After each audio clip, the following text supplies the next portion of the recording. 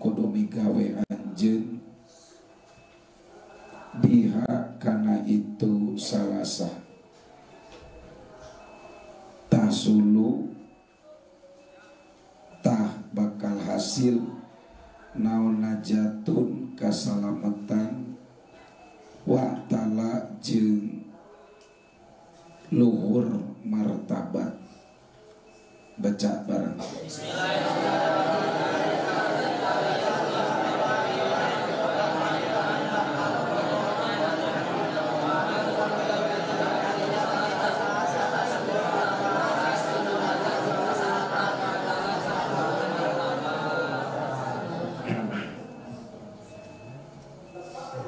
Ilmu anu tilu hiji ilmu anu ngesahkeun taat nyata ilmu fikih, dua ilmu anu ngesahkeun tekad ilmu akidah, tilu ilmu anu ngabersihkeun hate nyata ilmu tasawuf. Statusna bagi para pencari ilmu adalah fardu ain. Jadi ilmu akidah, ilmu fikih, ilmu tasawuf statusna fardu ain. Pak Ripan maka kudu nganyahokeun anjeun.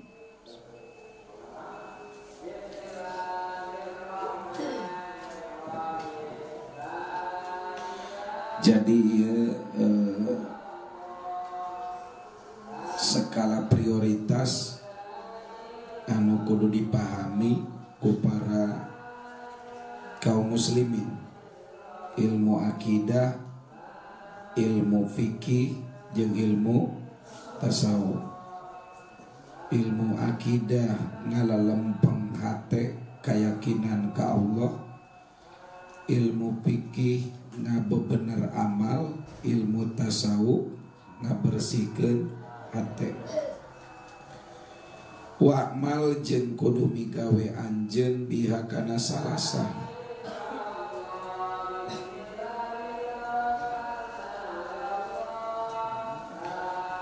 Jadi santosna diaji diamalkeun sabab letakna ilmu ma dina amal.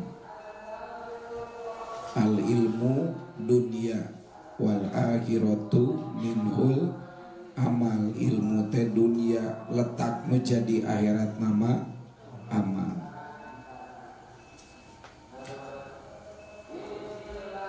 Eta sampai karena nu kaluar di parengan.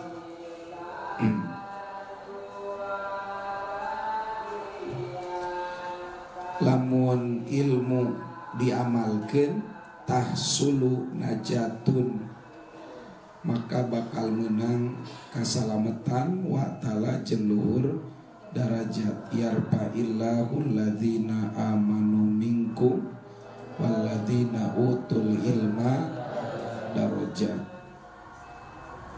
Tapi diamalkeun. Lamun ilmu ukur dipelajari aku rejeng materialis tukang ngumpul-ngumpul materi, maka cek peribahasa nyebatkeun al ilmu bila amal kasyajaroh bila sajar. Ilmu tanpa amal eta teh persis seperti tangkal teu aya naonan buahan. Aya si mangpaatna manganukur pake suluh. Tangkal kadu buah-buahan ukur nepi kana kembang manfaatna mah aya ngan saeutik. Hiji pake iuh-iuh, tangkalna pake suluh. Ngan lamun nepi ka buahan mah loba manfaatna. Mata tuntutan mencari ilmu tidak berhenti hanya karena mendapatkan ilmu, tapi tuntutan ilmu terletak pada aplikasi ilmu, yaitu amal. Baca deui logatna.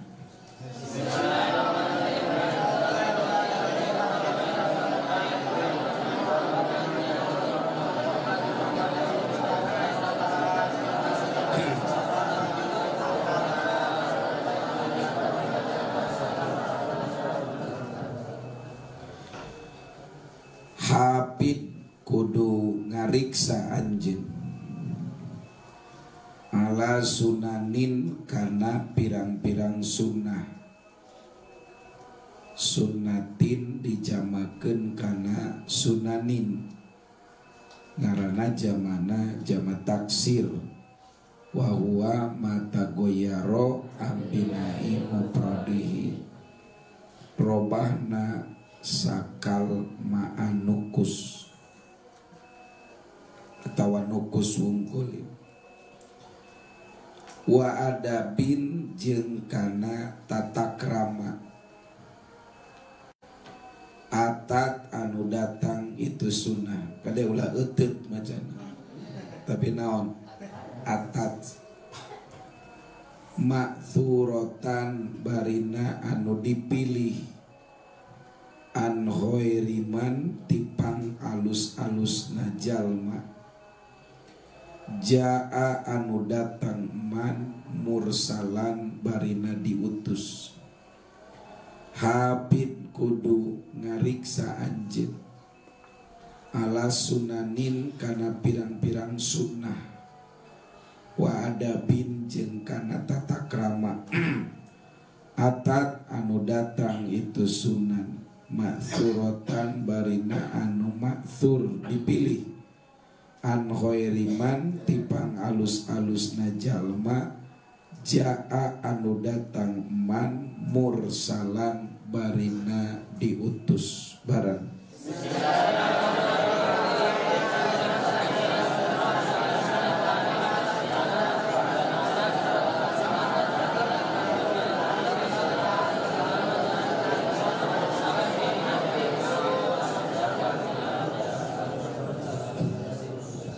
Hafid kudu ngajaga anjeun, ngajaga kana pirang-pirang sunnah. Naon ngaran sunnah? Aqwalun wa af'alun wa takrirun wa sifatun nabi sallallahu alaihi wasallam. Sunnah teh pirang-pirang ucapan, pagawean, pangantep sifat-sifat nabi. Eta teh sunnah raksa. Lamun jalma bisa ngamalkeun kana sunnah, maka bakal menang jaminan ti Allah Subhanahu wa taala, isukan bakal bareng jeung nabi. Kul in kuntum tuhibbunallaha fattabi'uni yuhibbukumullah. Bejakeun ku anjeun Muhammad, mun anjeun mika cinta ka Allah, maka tuturkeun kami, tanuturkeun kami teh bahasa kami, ucapan nabi, padamelan nabi, pangantep nabi, sifat nabi. Eta teh sunnah. Sunnah nabi teh akwalna disebut oge hadis, disebut oge athar. Jadi kalebetkeun labdul mutaroddid ayyata addadal labdu wa yattahidal makna, bing bilangan lapadna ngan hiji maknana, jiga mudik jeung pulang kampung. Eta teh labdul mutaroddid. Tapi hubunganana eta teh umum khusus min wajhin. Setiap mudik eta teh pulang kampung, ngan setiap pulang kampung lain mudik. Matak santri mah nu baralik ayeuna ti zona merah eta lain mudik, pulang kampung. Tapi enggak apa-apa, jangan pilih kalebetkeun gibah. Ai ucapan Nabi eta teh statusna benten-benten. Hiji aya anu mutawatir. Naon cenah? Wa huwa ma rawahu adadu jam'in walam yumkin tawattuhum alal kidbi. Hadis anu diriwayatkeun ku rawi anu loba, bari rawi lobana tidak mungkin melakukan kesepakatan bohong. Statusna naon? Mutawatir. Dina kitab usul fikih contoh mutawatir teh kahaninil jad'i sapertikeun hadis inghakanana dahan korma. Jadi Rasul hiji waktos kantos kenging hadiah mimbar ti Raja Mesir. Mimbarna gaya tangtosna ge hadiah ti raja pada zaman itu. Dugikakeun mimbar tina dahan korma ku Kangjeng Rasul disigrikeun. Tapi ketika Rasulullah khutbah, seluruh para sahabat yang ada di Masjid Nabawi mendengar isak tangisnya pelapah korma yang ditinggalkan oleh Rasulullah karena sudah dapat mimbar baru. Ketika ku Rasulullah dicaketan, ditanya, kunaon anjeun ceuri? Cek mimbar dahan korma, ya Rasulullah tega nian dikau. Mentang-mentang sudah ada yang baru, begitu cepat engkau melupakanku. Sakitnya tuh di sini. Lamun palapah korma boga naon? Hate. Cek Kangjeng Rasulullah, ente hayang bareng jeung kami di dunia, apa hayang bareng jeung kami di akhirat? Nya korma dahana milih mending bareng jeung Rasul di akhirat. Maka mun anjeun pilihan nomor 2, sok anjeun ku kami rek dikubur di hadapan Masjid Nabawi, maka dikuburlah. Seluruh para sahabat mendengar isak tangisnya pelapah korma, dan itu banyak sahabatnya, sehingga riwayat hadis yang menjelaskan tentang isak tangisnya pelapah korma itu statusnya mutawatir.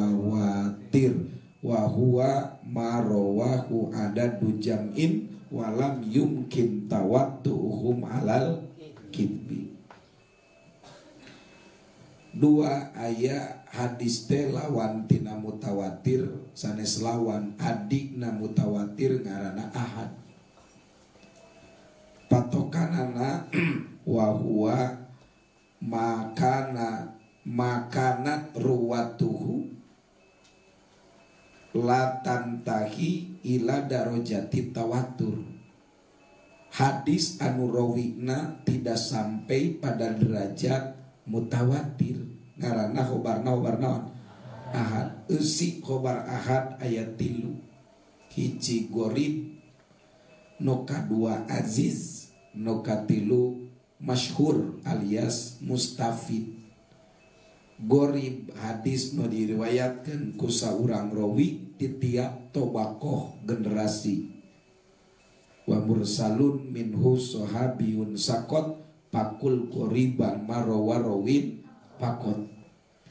Nu kadua aziz, hadis nu diriwayatkeun ku 2 urang rawi di setiap generasi.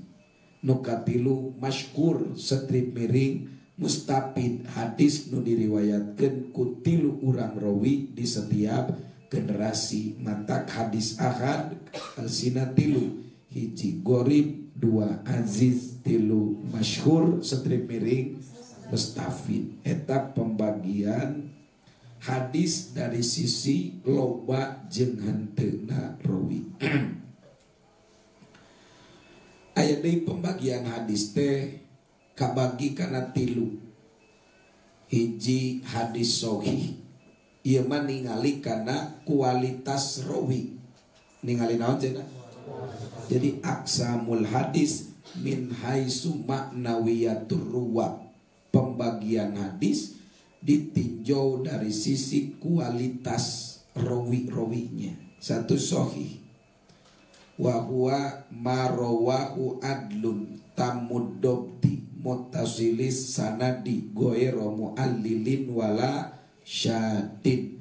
Hadis yang diriwayatkan oleh perawi adil, sempurna kecerdasannya, tidak berilat dan tidak kontradiktif dengan hadis yang lain. Wa huwa marawahu adlun tamuddobti muttasilis sanadi goero muallilin wala syadid. Nu kadua hasan.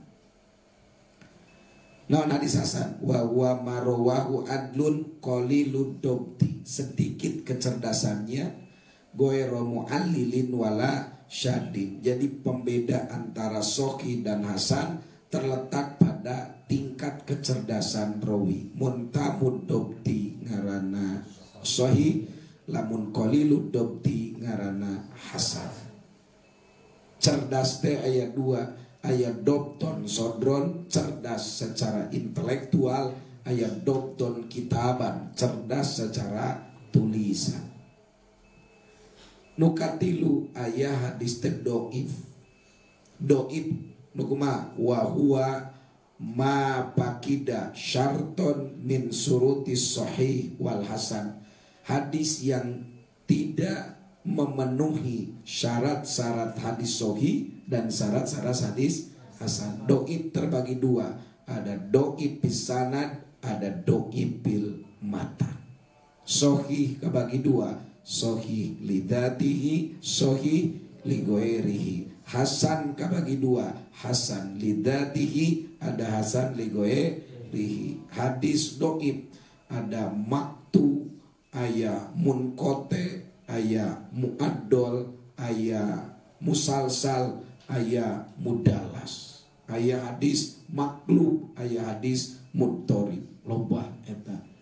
Jadi can anggeus ngaji teh kelas so teh ngaranna emah hiji terima lawung ke emah idan terus ya perlu dijaga. Ieu sunnah kauliyah, sunnah kauliyah. Ulama-ulama di zaman dahulu itu bagaimana mereka begitu komitmen terhadap ajaran Islam sehingga hafalan hadis adalah menjadi ukuran kualitas keilmuan. Makanya dina ilmu mustalahatul hadis itu gelar-gelar itu menunjukkan terhadap kualitas ilmu. Hari ini gelar itu tidak menunjukkan kualitas ilmu. Ada orang bergelar SAG, sarjana agama, tetapi baca Quran tidak memenuhi kualitas kaidah ilmu tajwid. Lagi apa? Johor. Oh nyata mempengingatkan itu Sandi dijuru desa Henry Johor kade astagfirullahaladzim al-azim.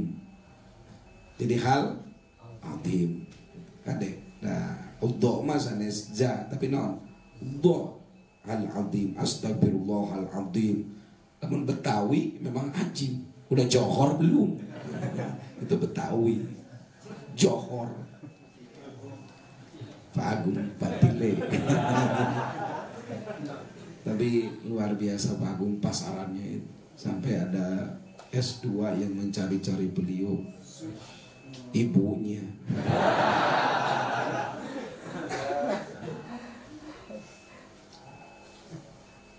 Nah, makanya di dalam ilmu mustalahatul hadis itu interaksi seorang pembelajar terhadap sunnah itu beda-beda. Satu ada yang namanya ustadz. Gelar ustadz itu diberikan kepada seseorang yang mampu hafal 1000 hadis. Berapa hadis? 1000 hadis. Baru gelarnya naon? Ustadz. Namun hadis hiji ge balepotan lain ustadz. Ustadz.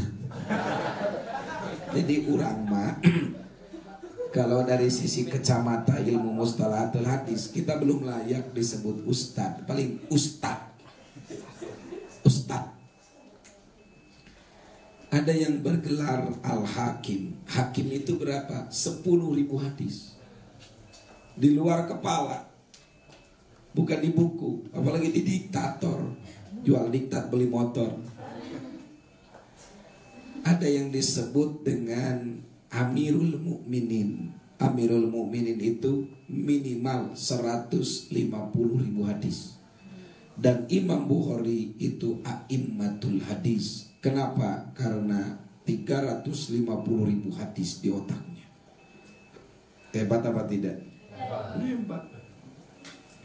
Imam Bukhari itu sebelum Sahihul Bukhari ditetapkan sebagai rujukan kedua, maroji'uts tsani ba'dal Quran, referensi hukum Islam setelah Al-Quran. Beliau diundang ke kota Baghdad karena Baghdad pada saat itu menjadi sentral ilmu pengetahuan di dunia. Kenapa? Para ulama sebelum dia mendalami ilmu di Baghdad, maka rasanya belum sempurna. La yasihul ulama'u illa ba'da ta'allumi bi Baghdad.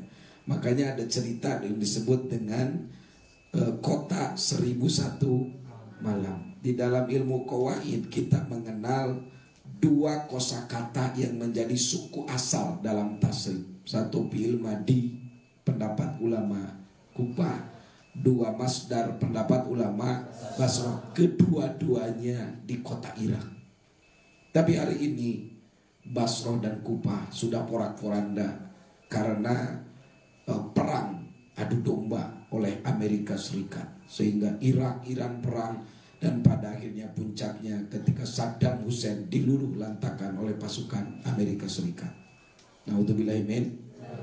Dan Indonesia kalau tidak jaga-jaga para santri, naudzubillah, Indonesia berkeping-keping. Naudzubillahi min.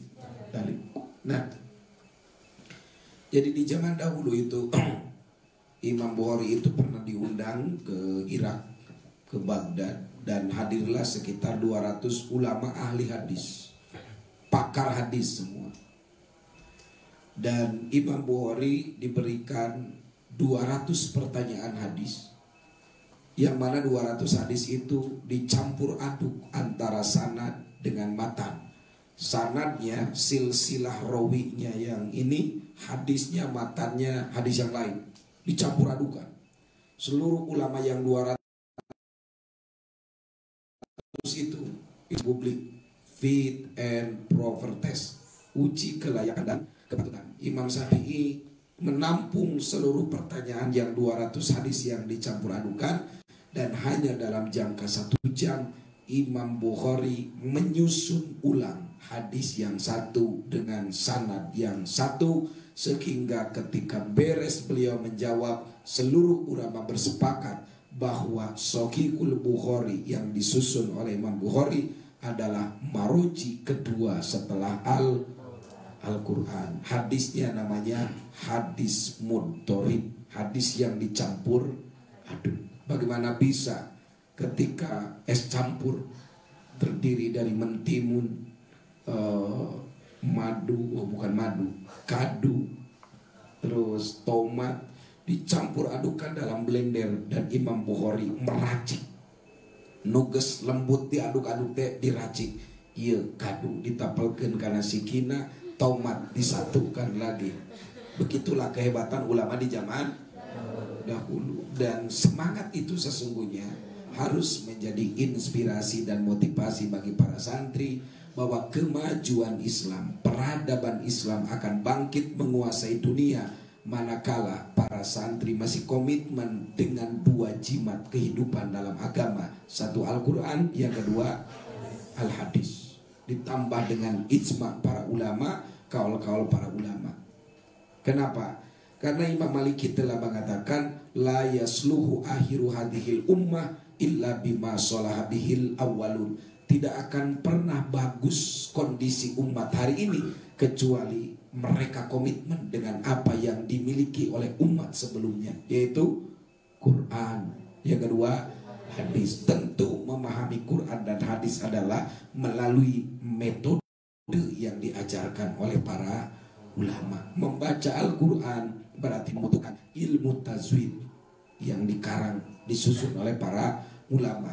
Menafsirkan Al-Quran berarti butuh ilmu tentang tata cara menafsirkan, ilmu tentang qawaid, ilmu bilaghah, ilmu usul fikih, dan ilmu yang lainnya. Maka dari itu para santri tetaplah semangat agar kita mampu menjaga sunnah, karena dengan itu kita semua insya Allah akan selamat dunia akhirat. Taraktu fikum amrayn fa in tamassaktum bihima lan tadillu abada, kitaballah wa sunnata rasulih. Wa adabin jeung ngariksa kana tata krama.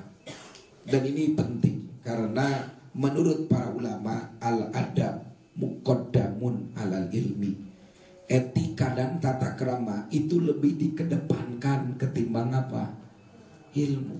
Setinggi apapun keilmuan seseorang, tetapi ketika adabnya zero, maka ilmu menjadi tidak berarti.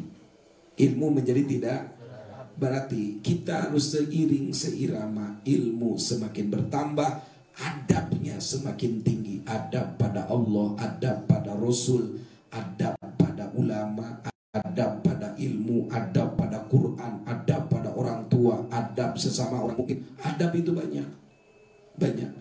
Makanya kata Rasulullah Shallallahu Alaihi Wasallam, beliau mengatakan, laisa minna man lam yarham sogirona walam yuwakir kabirona. Bukan golongan umatku orang yang tidak menghormati seniornya dan tidak sayang lemah lembut kepada juniornya. Begitulah Islam menerapkan antara ilmu dan adab harus seiring dan seirama, seiring sejalan. Bagaimana kita mendengar adabnya seorang sahabat sekaligus mantunya Rasulullah Sallallahu Alaihi Wasallam, yaitu Ali bin Abi Thalib. Ali bin Abi Thalib itu konon pada suatu saat beliau menuju Masjid Nabawi. Beliau akan melaksanakan sholat berjamaah asar.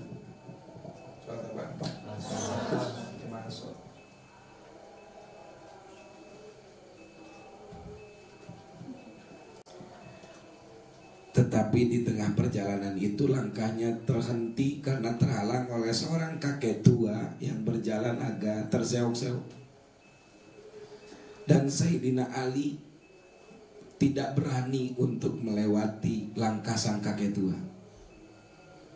Nah, tetapi ada yang unik. Di persimpangan jalan, yang satu ke Masjid Nabawi, yang satu ke tempat ibadahnya orang-orang Nasrani. Ternyata dia orang Nasrani dan langkahnya belok menuju tempat ibadahnya. Tapi Sayyidina Ali tetap tidak berani melewati sang kakek tua itu. Sehingga ketika Rasulullah sedang ruku itu, Allah lewat malaikat Jibril mengatakan, wahai Jibril, kasih tahu Muhammad, jangan dulu iktidal, tetaplah di dalam ruku menunggu sahabatmu yang punya adab terhadap orang tua. Hebat apa tidak? Hebat. Orang Sayyidina Ali terkenal ototna babalimbingan, bulu kelekna juga gobet, kumisna juga keris, mun uta-uta congkrang, ngising koret, sekali nyingsing besi. Terkenal kan? La pata illa Ali, wala saifa illa saifa, wala kholkhola illa kholkhola. Itu melambangkan bagaimana gentlemannya Ali bin Abi Thalib. Tetapi ketika berhadapan dengan orang tua, tidak berani dia melewatinya. Padahal ketinggian ilmunya luar biasa. Dan beda akidah kakek-kakek yang di depannya. Tetapi kenapa tidak berani melewatinya? Itulah arti ilmu dan adab. Ilmu dan adab. Penting bagi santri itu adab. Tidak ada apa-apanya ilmu tanpa adab. Tidak ada apa-apanya. Adab kepada Allah, adab kepada Rasulullah. Makanya lagu Aisyah yang dinasyidkan oleh Syakir Dauli itu mendapatkan kritik oleh para ulama, termasuk di dalamnya Buya Yahya. Kalau Buya Nonop nggak memberikan kritik karena kurang ahli. Dan makanya ada lagu bukan syarikohnya, itu Sarikoh Ilmam namanya dalam ilmu bilallah, di mana ada nasyidnya, liriknya masih seperti Aisyah yang pertama, tetapi ada lirik yang berbeda. Yang tadinya Aisyah diganti dengan Ummana, karena Siti Aisyah adalah wanita yang ketika ada gosip yang viral di Madinah, ketika ada berita yang kurang enak di Rasulullah bahwa Siti Aisyah punya pria idaman lain, justru yang membebaskan bahwa Siti Aisyah adalah wanita suci dan solihah adalah Allah Subhanahu yang membersihkannya. Luar biasa.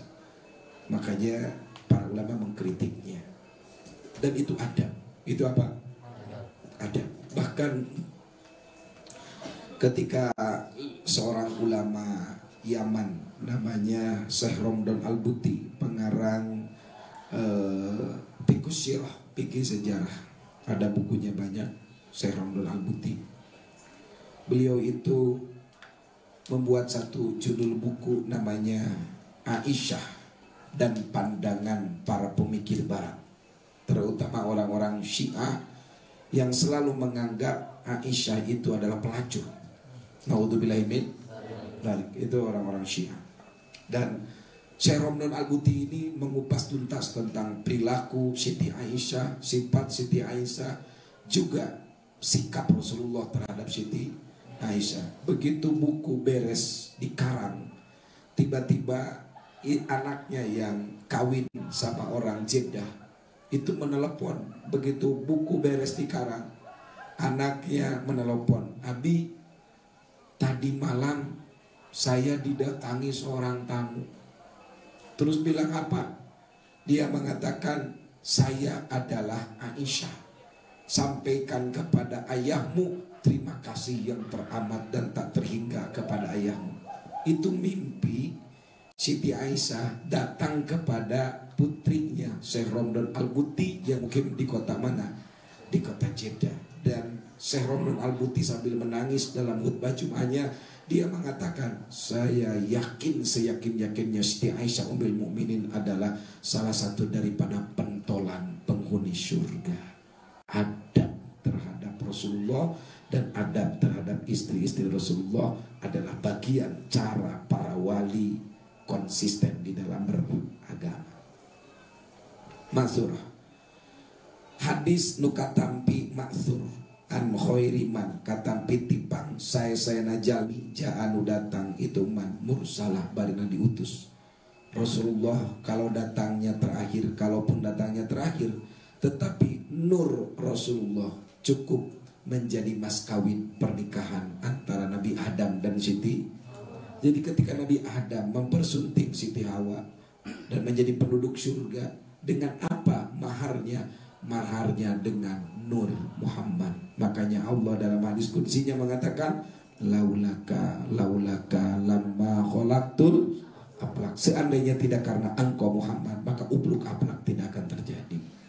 Subhan indahnya kita menjadi umat Rasulullah SAW. Paham ini Bang? Jadi satu bait ini pembahasannya bisa panjang, bahkan bisa sampai akhir juga nggak apa-apa, hanya satu bait ini. Tetapi kita cukup ngaji matana dulu. Kenapa? Karena ada kaidah toli matnan qabla syarhi li anna bisyarhi matnun. Kajilah matannya dulu sebelum baca syarahnya, karena di dalam syarah sesungguhnya adalah matan isinya. Makanya kita pasarannya ngaji matan dulu. Inna tasawufa sanyana tasawufa barisnya dinasabkan karena dimasuki dengan amil nawaze sugro. Huruf apa? Amalnya lapan inna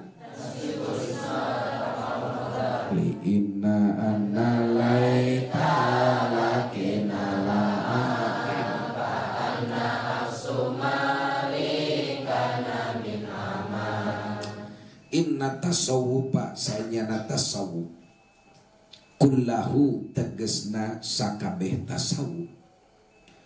Lahuwal adabu eta yakin, lahuwa eta yakin ari tasawuf. Sungguh, geuskeun kamari dongeng sungguh. Terus ada asbabunnya sungguh. Sungguh ari tasawuf al adabu eta tata krama. Wa minal awaripi jeung tina pirang-pirang kamaripatan. Patluban maka kudu nyuprih nyaan anjeun. Hu kana itu tasawuf wa awila jeung kudu tatagenan anjeun. Tatagenan nyaan anjeun. Takdirna wa awilan ngan nuna dipijeun digantikeun kana alif wa awila jeung kudu tatagenan anjeun. Ilmu yang harus menjadi skala prioritas kita setelah ilmu akidah. Yang kedua ilmu tentang apa? Tashihul ibadah. Yang ketiga ilmu tasawuf. Ini berkaitan dengan hati. Berkaitan dengan apa? Hati. Ilmu yang mempelajari tentang pembersihan hati.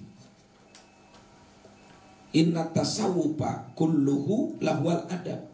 Sesungguhnya ilmu tasawuf itu seluruhnya adalah tentang etika. Tentang apa? Etika. Tentang etika. Tasawuf itu diambil dari apa? Pertama, menurut sebagian para ulama, kata tasawuf itu diambil dari kata saub.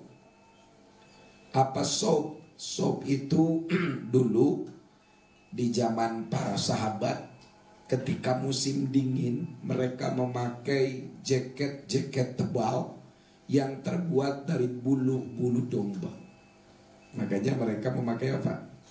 Saub, artinya bulu domba. Jaket tebal dari bulu domba. Ada lagi, tasawuf ini diambil dari kata supah. Nah, di Masjid Nabawi itu di pinggirnya, di belakangnya itu ada satu ruangan yang khusus bagi orang-orang supah. Supah itu ya orang-orang yang memakai baju wow. Rata-rata adalah para sahabat yang tunawisma. Tuna tidak punya wisma tempat tinggal. Salah satu jebolan supah, ahli supah adalah Anas bin Malik. Dan sering diceritakan Anas bin Malik saking dekatnya dengan masjid, saking dekatnya dengan Rasulullah, Allah berikan 5 kehebatan. Berapa? 5. Satu, umurnya panjang, 146 tahun. Yang kedua, anaknya banyak, 124 orang. Hebat apa tidak? Hebat, banyak anak, bisa bikin partai. 124 orang anak. Yang ketiga, 99 anaknya hafizul Quran. Hebat apa tidak? Yang keempat, Anas bin Malik hafal sekitar 8.000 hadis. Dan yang kelima, Anas bin Malik dikaruniai harta yang melimpah ruah, umur panjang, anaknya banyak, 99 anaknya hafid Quran, hafal 8.000 hadis, hartanya banyak, sungguh kemuliaan yang sempurna. Kenapa? Karena beliau selalu dekat dengan Rasulullah Sallallahu Alaihi Wasallam, sampai tempat tinggalnya pun adalah di samping rumah Rasulullah yang sekarang disebut dengan supah. Ada lagi kata tasawuf itu diambil dari kata sopiul, artinya orang-orang yang bersih hatinya. Makanya ilmu tasawuf adalah satu disiplin ilmu yang mempelajari bagaimana agar hati seorang mukmin itu bersih.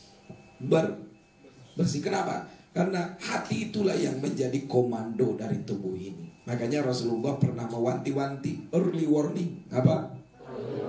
Peringatan dini. Ada kan? Peringatan dini. You know?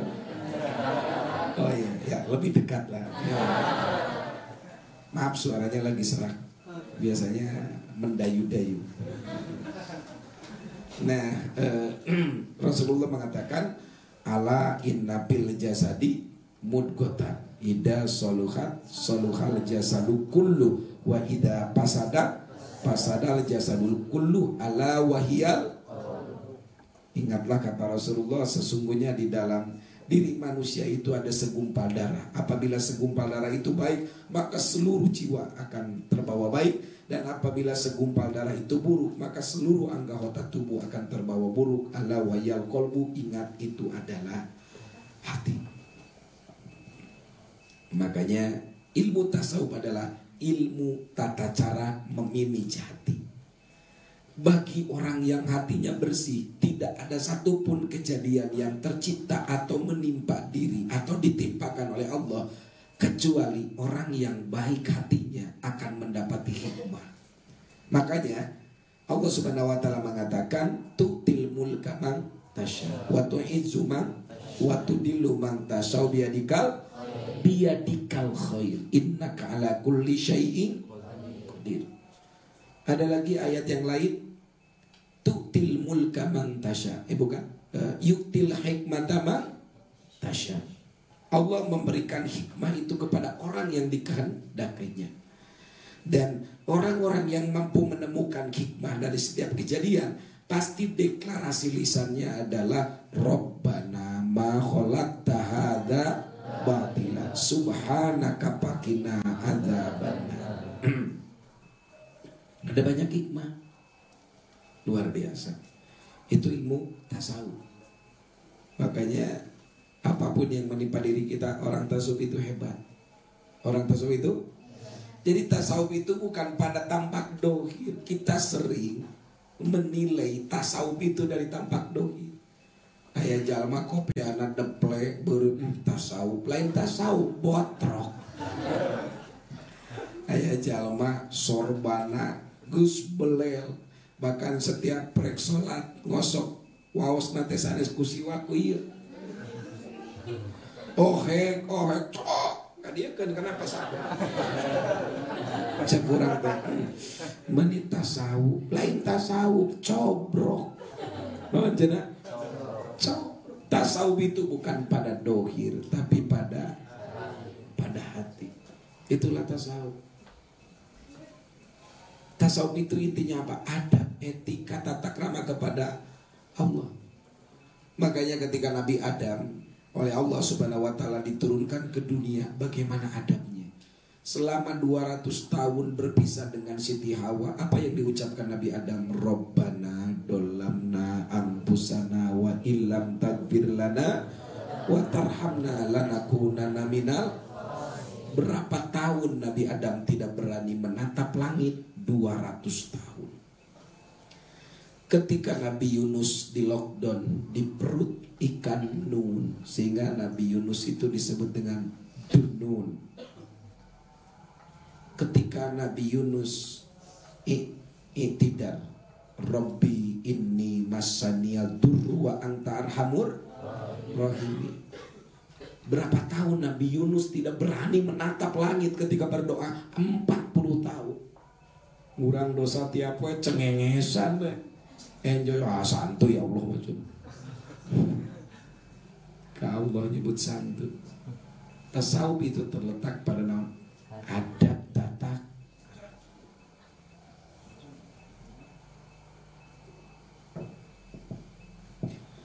Wa minal awaripi jeung tina pirang-pirang kamakrifatan. Jadi eusina tasawuf adalah berkaitan tentang makrifat kepada Allah. Patluban nahu wa awila, kudu diteangan ilmu tasawuf. Kenapa? Orang yang punya kebersihan hati, dia punya modal hidup yang paling hebat. Hidup orang tasawuf itu yakin. Mau cenah? Ya, mun geus dibere yakin mah hidup teh tenang. Ek di mana wae cicing, di mana wae nempat, nu penting mah menang ridho Allah, tenang. Nu penting mah menang ridho Allah. Deket ti guru ari teu menang ridho Allah. Jauh ti guru secara domisili ari menang ridho Allah. Enjoy. Dimanapun seorang mukmin itu harus punya landasan berpikir, di situ bumi dipijak, di sana langit dijunjung. Naon tujuan anak? No penting hirup mapai sirotol mustaqim. Tujuan anak minallah alallah ilallah. Berangkatna tina kulantaran parentah Allah. Jalan hirupna mapai jalan no diridoi ku Allah, tujuan hirupna menangkeun kariduan Allah. Enak. Robbana ma khalaqta hadza batila subhanaka faqina adzabannar. Indah hidup seorang mukmin itu, indah, indah, indah dan indah. Idla dalila, karena teu aya dalil, alat toriki kana jalan, teu aya anu nuduhkeun alat toriki kana jalan, ilal ilah menuju Allah, illa mutaba'atar rusuli, kecuali mengikuti Rasul al mukmilah anu sempurna. Teu aya deui dalil anu nuduhkeun kana jalan menuju Allah kecuali carana teh mutaba'atur Rasul, mengikuti jejak Rasul, karena Rasulullah lah manusia yang paling dekat dengan Allah. Apapun yang diucapkan Rasul itu atas petunjuk wahyu. Wa ma yantiqu anil hawa in huwa illa wahyu. Maka cara kita agar sampai kepada Allah tidak ada cara lain kecuali mengikuti Rasulullah sallallahu alaihi dina naon wae hiji pihalihi dina tingkah Rasul. Rasulullah lamun tuang we tuang. Rasulullah kalau makan itu Rasulullah bukan jarang tidak pernah makan makanan yang panas. Maka cek Rasul makruh kalau minum tapi ditiup Pak. Barang urang mari kopi mah teu pati enak nu tiis mah nya. Enak teh nu kumaha? Nu handeup. Tuluy kalau minum Rasulullah pasti 3 kali regukan. Sakali, 2 kali, tuluy 3 kali. Ulah kieu ngok. Tuluy tingali geuning bocor nambih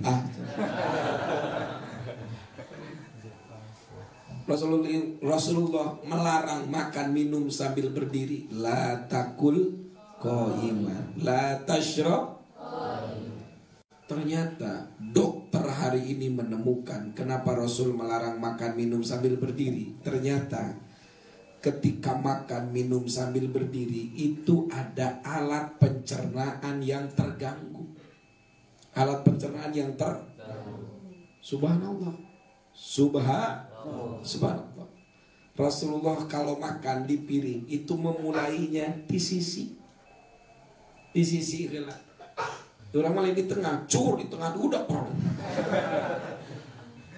Rasulullah kalau makan itu dengan 3 jari. Orang kan luar kendali, merendah, nu diuap ke korma cenakanya tidak. Makan dengan 3 jari. Cik sakumalobana ukuran 3 jari. Urang kan uap sedeng di kieu.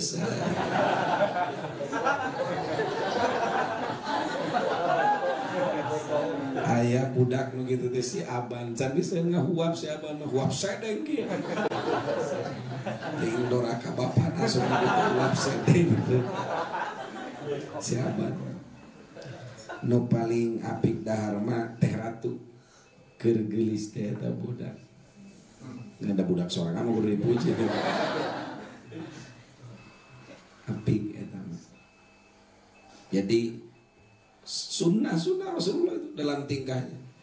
Rasulullah kalau makan itu terakhirnya piringnya tadi dibersihan kurang mana lajeng di naon lamotan ku Siti Aisyah. Siti Aisyah pun sama ngalamotan anu Rasulullah ngalamotan anu Siti Aisyah. Nanti geus kawin disugan gitu ya. Nah ulah kieu cenah alim nu ieu wungkul tong di dieu.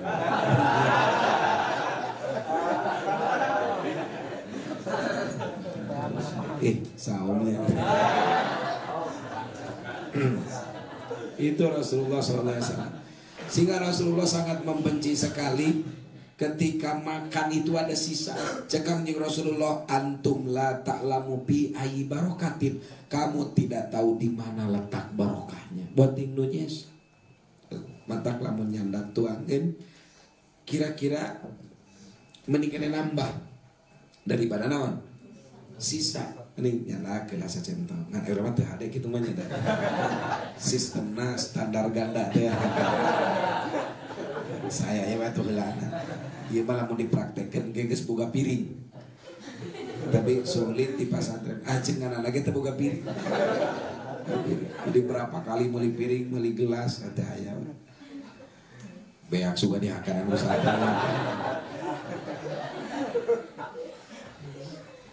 Jadi tingkah Rasulullah SAW luar biasa.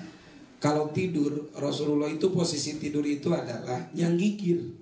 Tidurna yang gigir. Jadi lain kieu itu karasa. Lamun kieu itu biasalah kedatangan kueureub-eureub. Pernah teh sare kedatangan kueureub-eureub. Naon we nu katingali juga bebegik. Itu kenapa? Karena ada urat saraf yang tidak jalan sehingga timbul halusinasi. Tapi Rasulullah tidurnya yang gigir. Dan ternyata menurut ilmu kesehatan ketika tidur dengan posisi itu justru peredaran darah kalaupun sedang tertidur itu jalan. Canggih cara tidurnya Rasulullah Shallallahu Alaihi Wasallam, luar biasa. Tidak ada satupun gerakan Rasulullah kecuali ilmu dunia modern mampu menemukan tentang betapa canggihnya setiap perilaku Rasulullah Shallallahu Alaihi Wasallam. Rasulullah kalau berjalan itu persis seperti berjalan menaiki tangga. Kalau kita lihat peragawan atau peragawati yang berjalan di atas catwalk, pernah tak dengar lenggak-lenggok ini? Rasulullah seperti itu jalannya, indah gitu. Orang jalannya beda-beda. Ayo ngagiang juga entau. Tergantung bentuk fisik. Subhanallah, senyumnya Rasulullah. Wa pa'alihi jeung pirang-pirang pada mela Nabi. Dina ilmu usul fikih damal Nabi teh aya 4. Sabaraha cenah? 4. Satu aya damal Nabi teh wajib. Pada mela Nabi sifatna naon? Wajib. Nu kadua aya pada mela Nabi teh jabali. Naon cenah? Watak karakter manusia. Jadi ayat pada mela Nabi nu sifatna naon? Jabaliyun, karakter seperti manusia biasa. Nabi nikah, Nabi istirahat, Nabi juga tidur, Nabi juga makan. Nukatilu ayat pada mela Nabi teh adalah bayanu syar'i, penjelasan syarat. Jadi pada mela Nabi itu fungsinya adalah penjelasan terhadap syariat. Quran teh kan sebagai tibyanan. Inna anzalna ilaikal kitaba tibyanan linnas. Aku menurunkan Al-Quran kepada Muhammad tibyanan. Tibyanan itu apa? Penjelasan. Maka aplikasi daripada pekerjaan Rasulullah itu adalah bayanun lish syar'i. Yang keempat, taroddudun bainal jabali wasyar'i. Ayat damal Nabi teh antara watak karakter kemanusiaan dengan syar'i. Itu bisa dilihat di dalam kitab Jamul Jawame jilid 2 berkaitan dengan jenis-jenis pekerjaan Nabi. Wa maqaluhu jeung ucapan Nabi. Ucapan Nabi itu tidak pernah membuat sakit hati seseorang. Ucapan Nabi itu selalu naon? Benar, karena Rasulullah itu sifatnya sidik. Benar. Ucapan Nabi itu selalu motivasi dan setiap ucapan Nabi itu benar, terbukti. Benar, terbukti, memotivasi. Jadi benar, terbukti, dan memotivasi. Tidak ada seorang sahabat pun yang berbicara dengan Nabi kecuali motivasinya menjadi menggelora, menjadi meledak, Ledak. Kenapa? Karena ucapannya memotivasi. Makanya Rasulullah bersabda, bu'istu li jawami'il kalam. Aku diutus ke dunia ini dengan kalamul jami. Naon kalamul jami? Kalam al-ijaz. Naon ijaz teh? Anu kola labduhu wa katuro, makna lapatnya sedikit tetapi maknanya luas. Ijaz. Itu kalamul jami. Sehingga ucapan Rasulullah itu luar biasa. Ada seorang sahabat muhajirin namanya Abdurrahman bin Auf. Tapi saya Auf suka sirna. Abdurrahman bin Auf. Beliau itu seorang saudagar kaya, tapi dia lebih memilih ikut hijrah dengan Rasulullah. Dia seorang pedagang di kota Mekah, pebisnis, tapi ikut dengan Rasulullah. Dan seluruh harta kekayaan dan keluarganya ditinggal di kota Mekah karena berbeda prinsip dan akidah.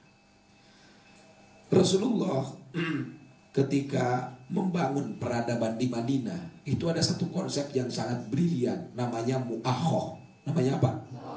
Mempersaudarakan. Abdurrahman bin Auf itu dipertemukan dengan Sa'id bin Robi namanya. Dengan siapa? Sa'id bin Robi itu sahabat Ansor yang kebetulan kaya raya. Istrinya 3, rumahnya banyak, kudanya banyak. Kira-kira kalau di Jatinegara itu macam Haji Amal. Haji, kalau di Ciamis itu semacam pemilik Gapura Ningrahayu lah, Haji Roni Karno. Banyak lah orang kaya. Sandiaga Uno, Abu Rijal Bakri, antum semua insya Allah nanti. Amin ya Allah ya Rabbal. Nah, ketika Abdurrahman bin Auf ini dipersatukan, persaudaraan, kata Sa'id bin Robi, wahai Abdurrahman bin Auf, sekarang antara engkau dan aku sudah dipersaudarakan oleh Rasulullah. Jika engkau ingin rumah, saya punya rumah banyak, silahkan pilih mana yang mau. Jika engkau ingin kendaraan, silahkan pilih kuda yang mana yang kau sukai. Dan jika engkau ingin kawin, aku punya istri 3, aku ceraikan 1 untukmu. Hebat ya? Cik mun ente ulin ke Jakarta panggil cik babaturan model gitu. Saya punya banyak villa, 1 di Pondok Indah, 2 di Cineremas, yang ketiga di Green Garden City. Dan silakan Anda pilih mau di Pondok Indah, Cineremas atau Kelapa Gading. Kelapa Gading teh dugan janis.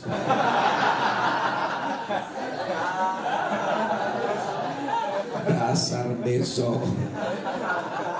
Kelapa Gading anak-anak tereuyeun. Yang paling fenomenal justru pada saat itu Abdurrahman bin Auf menolak. Lah, saya tidak mau. Itulah mental Islam. Mental apa? Islam. Mental orang manusia muslim itu adalah dia tidak berharap pemberian orang lain, tetapi dia menumbuhkan sikap entrepreneurship. Nah, entrepreneurship, jiwa wirausaha. La ainal su, di mana pasar? Karena latar belakang Abdurrahman bin Auf adalah pedagang, maka yang ditanyakannya apa? Pasar. Berangkatlah dia ke pasar, ditunjukkan ini pasar. Dan seluruh pasar pada saat itu, putaran ekonomi di kota Madinah itu sudah dikuasai oleh Yahudi. Jadi orang-orang Islam belanjanya kemana? Ke Yahudi. Nah, di depan pasar milik Yahudi itu ada kios-kios yang disewakan kepada umat Islam.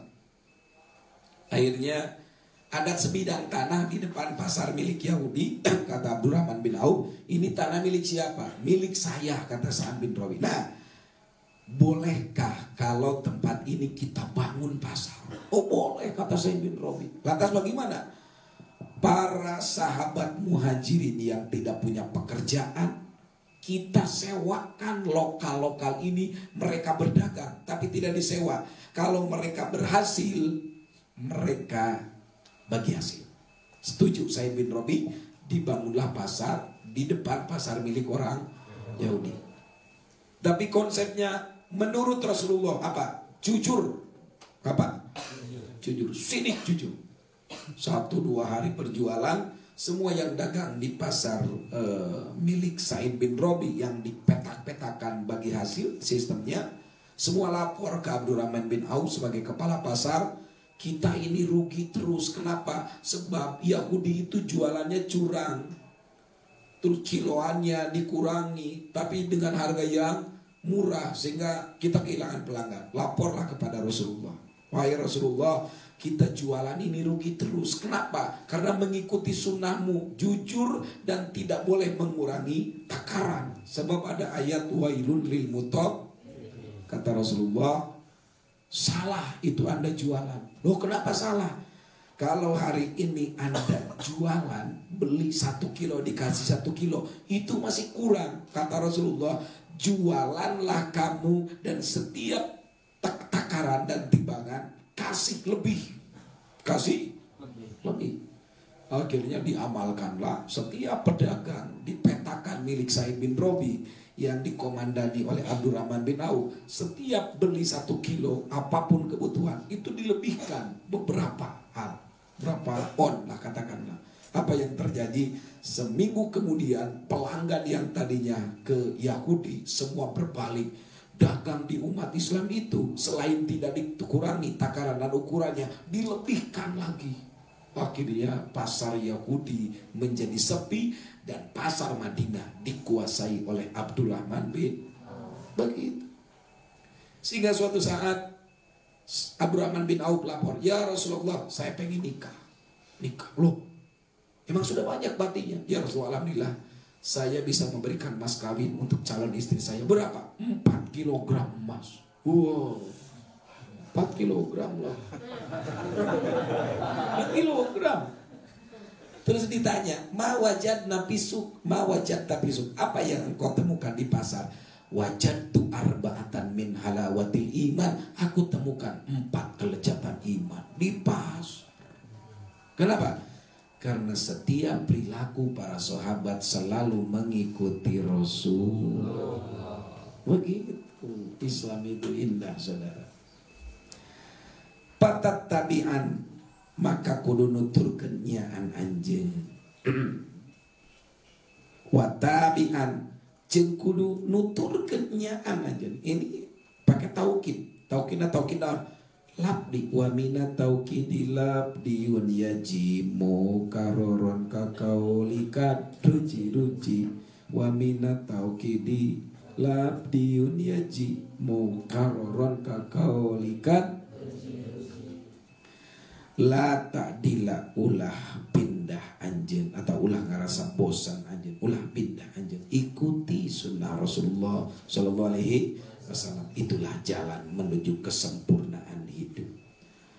Wa tariqu kulli masyayikh, jeung ari perjalanan sakabeh guru. Perjalanan sakabeh naon? Guru. Man huwa syekh, siapa itu syekh? Man allamaka harban, orang yang mengajarkanmu walau harban, sanajan 1 huruf.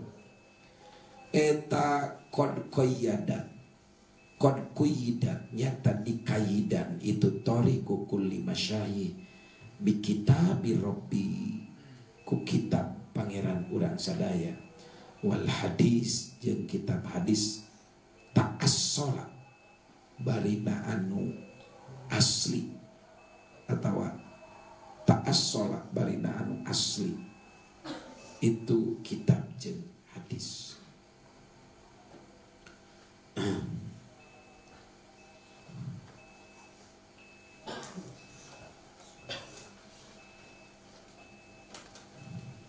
Baca.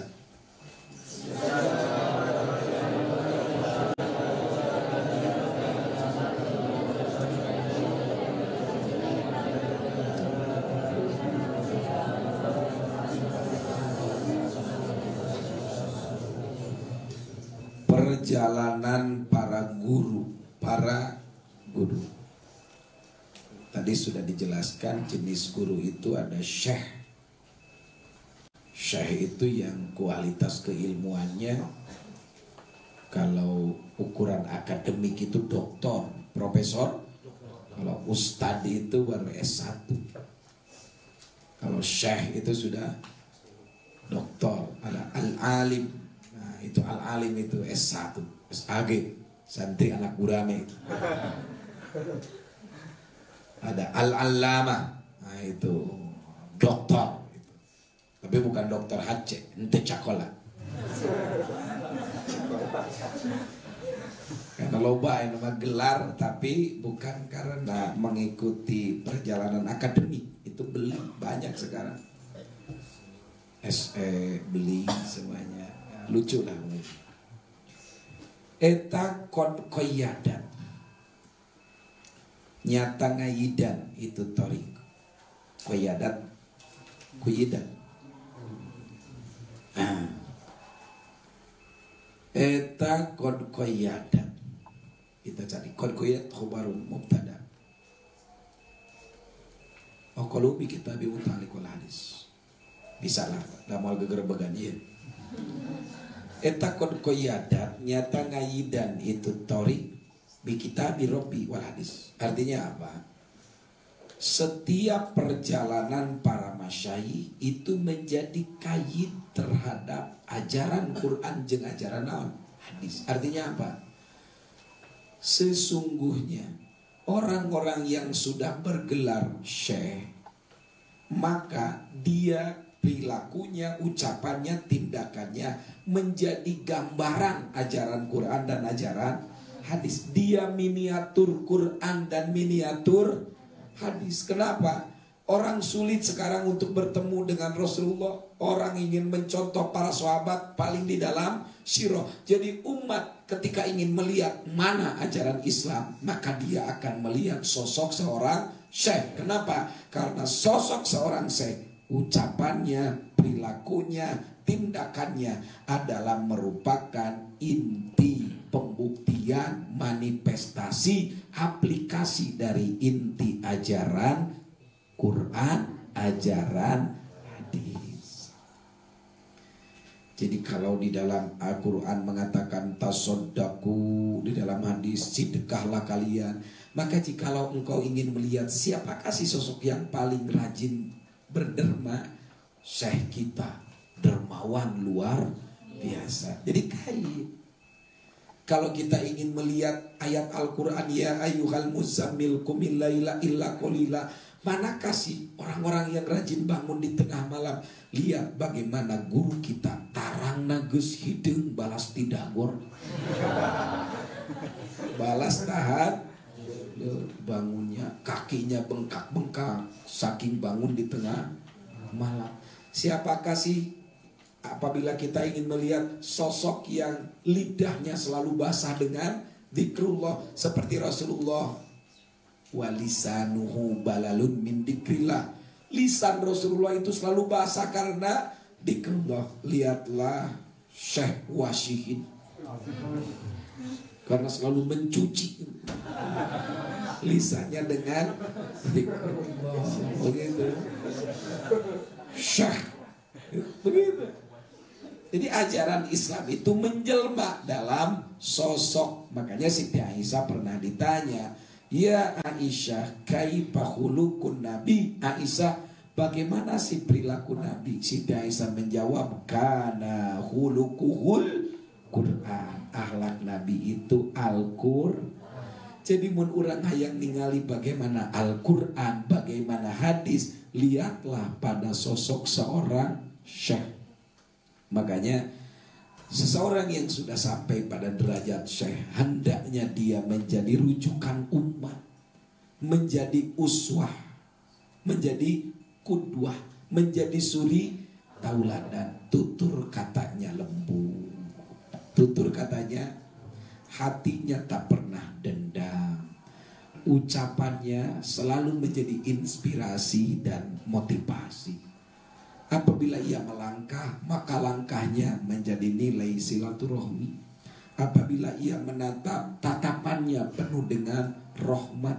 Apabila ia bicara, bicaranya nasihat, bicaranya adalah motivasi. Apabila ia diam, diamnya adalah emas. Apabila ia bicara, bicaranya adalah mutiara. Apabila ia memukul, mukulnya karena Allah. Apabila ia ridho, ridhonya karena Allah. Apabila ia benci, bencinya karena Allah. Syekh itulah yang menjadi kait gambaran Quran dan luar biasa. Subhanallah.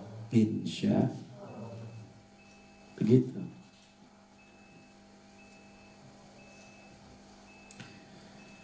Ben kartos teh nusanes atas bubar atas toli kudu ningalian anjeun Riyadhus Shalihin, karena kitab Riyadhus Shalihin atas diaos kitab Riyadhus Shalihin karangan Imam Muhyiddin An-Nawawi. Wahkiman jeung kudu pengkuh anjeun, pengkuh teh kokoh. Naon cenah? Kokoh, terang kokoh teu. Teu unggut kalinduan, tegedag kaanginan. Ngaranna naon? Kokoh.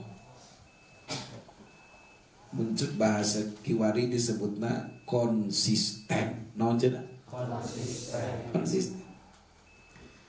Bagaimana Pak hukumnya judi online? Oh haram.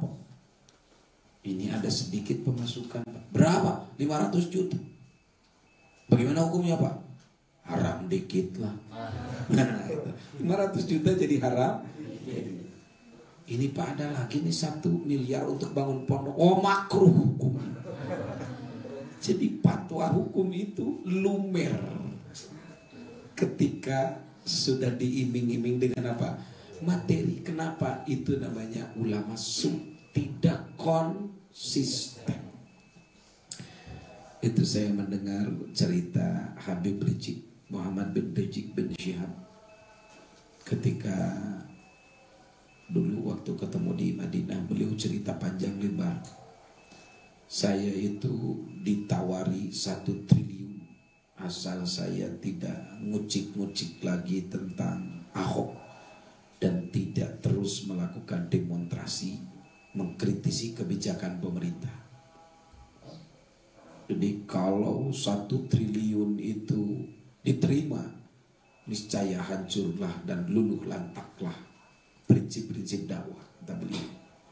1 triliun, wow, banjir atau banjir duit. Tapi beliau konsisten sehingga pada akhirnya beliau terasing. Terasing.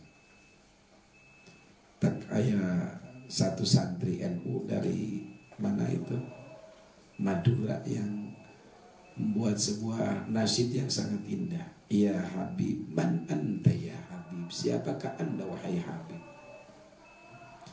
Dikala musuh-musuhmu nyinyir dan membuili, justru kecintaan umat semakin bertambah kepada engkau.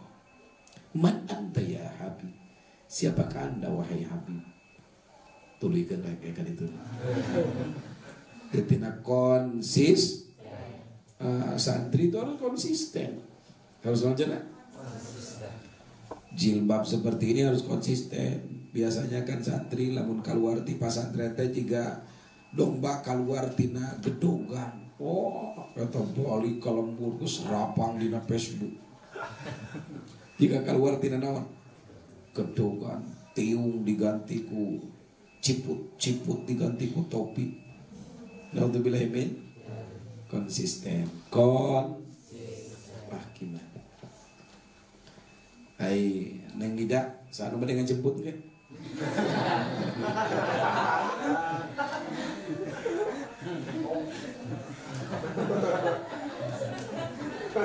Makana perkara pihi nu eta tetep dinama. Makana perkara pihi nu eta tetep dinama tadofurun, atau makana perkara pihi nu aya dinama tanpar tah bakal untung anjeun bisa ada tiku kabagjaan wa malah jeung kudu ngamalkeun nya anjeun. Lihat Lihatlah, baca, kaji makna hadis yang terdapat di dalam Riyadhus Shalihin. Konsistenlah dengan apa yang ada di dalamnya. Pasti kamu akan mendapatkan keuntungan dengan kebahagiaan. Sebab inti daripada hadis-hadis di dalam Riyadhus Shalihin adalah ajaran Rasulullah sallallahu alaihi wasallam. Wahtam bil fardi wallahu